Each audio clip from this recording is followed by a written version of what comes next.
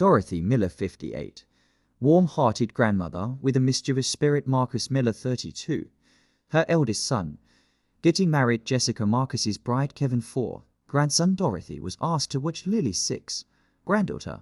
Dorothy was asked to watch. I never thought I'd be the kind of grandmother who'd skip her own son's wedding. But life has a funny way of teaching you lessons about respect, doesn't it? My name is Dorothy Miller. I am 58 years old, and I've spent the better part of my life putting everyone else first. I raised 3 children mostly on my own after my husband passed when they were young. I worked 2 jobs to keep food on the table and clothes on their backs, and I did it all with love in my heart. So when my eldest, Marcus, called me 7 days before his wedding, I was excited. I thought maybe he wanted to share something special with me. Maybe ask about his father, or tell me how grateful he was that I'd be there on his big day. Instead, he said, we need to ask you a favor. I smiled, stirring my evening tea. Of course, sweetheart. Anything.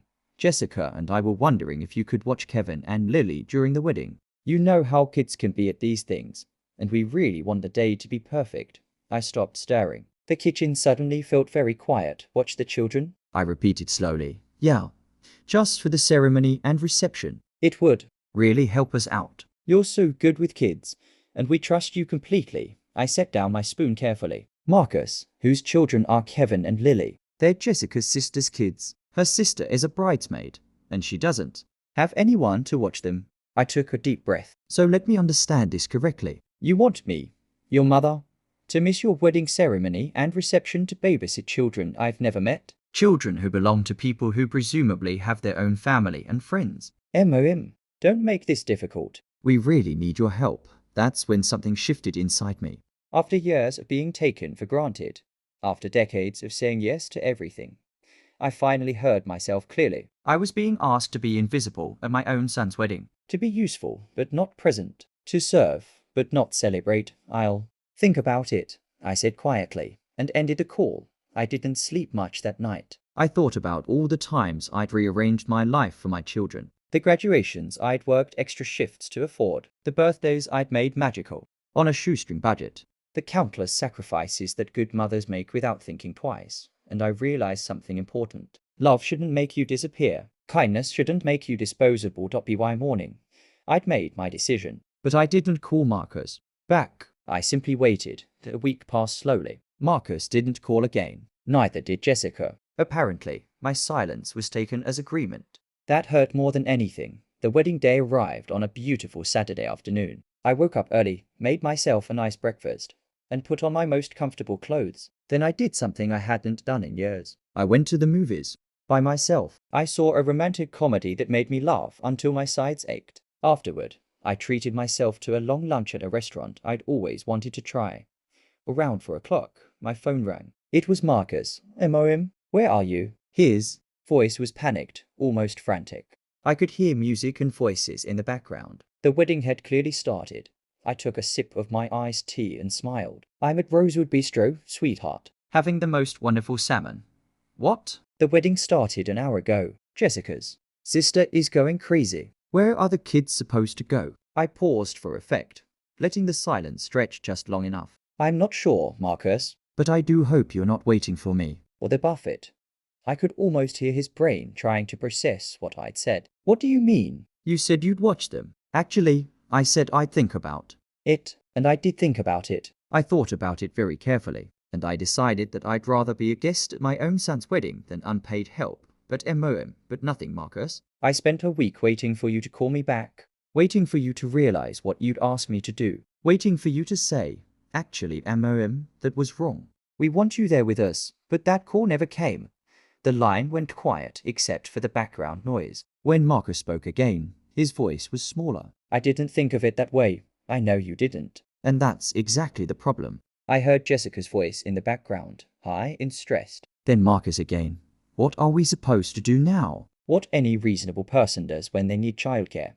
I said calmly. You figure it out. You find a solution. You certainly don't ask the groom's mother to miss the entire celebration. People are asking where you are. Then you can tell them the truth. Tell them you asked me to babysit instead of inviting me as a guest. Tell them I chose self-respect over obligation. Another long pause. Are you really not coming? I looked out the restaurant window at the sunny afternoon. I'm exactly where I want to be, Marcus. For the first time in a very long time, I chose myself. And you know what? It feels wonderful. I'm sorry. I really am. I just didn't think. You're right. You didn't think, but maybe now you will. I could hear the regret in his voice when he spoke again. I messed up, didn't I? Yes, sweetheart, you did. But that's how we learn. Your father would have told you the same thing I am telling you now. The people who love you aren't there to make your life convenient. They're there to share your joy. And if you can't see the difference, then you've missed something important about love. We talked for a few more minutes. Marcus apologized 3 more times. I told him I loved him, but I also told him I hoped he'd remember this moment. Remember how it feels to realize you've taken someone for granted. Later that evening, after I'd finished a slice of key lime pie and was heading home, Marcus sent me a photo. It was him and Jessica, smiling at the camera. The text below read, "We missed you today. I understand why you weren't there. I'm sorry, MOM. Can we visit next weekend? I have a lot to learn about respecting the people I love."